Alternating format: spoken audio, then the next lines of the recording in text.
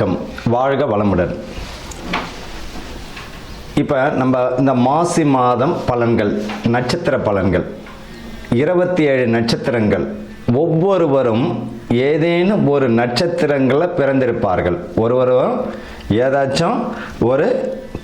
ஏதேனும் ஒரு நட்சத்திரத்தில் பிறந்திருப்பார்கள். அப்படி ஒவ்வொரு நட்சத்திரத்திற்கும் ஏதாச்சும் ஒரு குணாதிசயம் உறுதியாக உண்டு. ஏதாச்சும் ஒரு குணாதிசயம் இருக்கும். 27 நட்சத்திரக்காரர்கள் ஏதோ ஒரு வித்தியாசம் இருக்கும். இந்த மாசி மாதத்தில் எந்த மாதிரியான பலன்கள் இந்த நட்சத்திரக்காரர்களுக்கு நடக்க போகுது? உங்களுடைய ஜனன ஜாதகத்தில் அஸ்வினி நட்சத்திரம்னா அதுதான் உங்களுடைய ஜென்ம நட்சத்திரம்.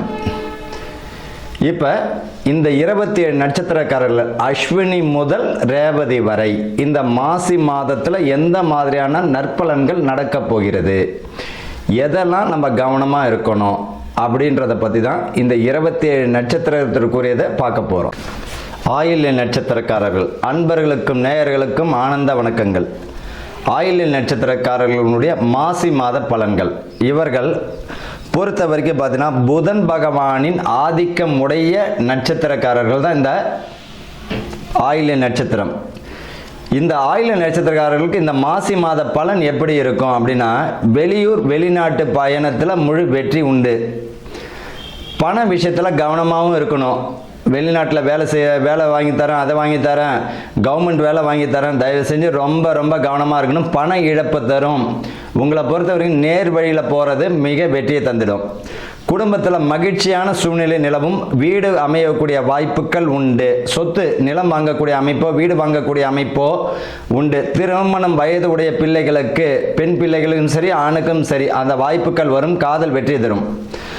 நல்ல வேலைக்குரிய முயற்சிகள் ஈடுபட்டாங்கன்னா இந்த மாசி மாதத்தில் ஆயில்ய நட்சத்திரக்காரர்கள் முழு வெற்றியை தந்துவிடும். வேலையை விட்டு வந்தீங்கன்னா ஒரு மாதத்திற்கு ரொம்ப தோல்வி தான்.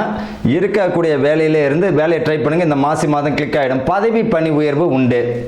அரசு அதிகாரிகள் கைவிட்டல் ஏதாவது இருந்தால் மாட்டியும் விட்டுருவார். சூரியனை போன்று வெளிச்சம் போட்டு காட்டியும் விட்டுருவார். என்ன காரணம்? உங்கள் ராசியில் தான் சனி பகவான் இருக்க, என்னுடைய ஆதிக்கமுடைய நட்சத்திரமும் இருக்குது. அதனால் கொஞ்சம் கவனம் தேவை.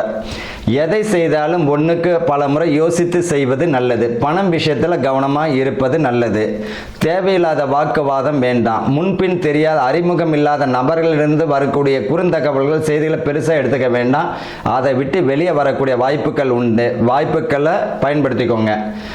அறிமுகமே இல்லை, அதில் பணம் போகிறோம், இதில் பணம் போகிறோம், நிச்சயம் பணமும் வராது. உங்களுக்கு லாஸ் ஆகிடும். அசிங்க அவமானத்தை தந்துடும். மிக கவனம். வாழ்த்துக்கள். வாழ்க வளமுடன்.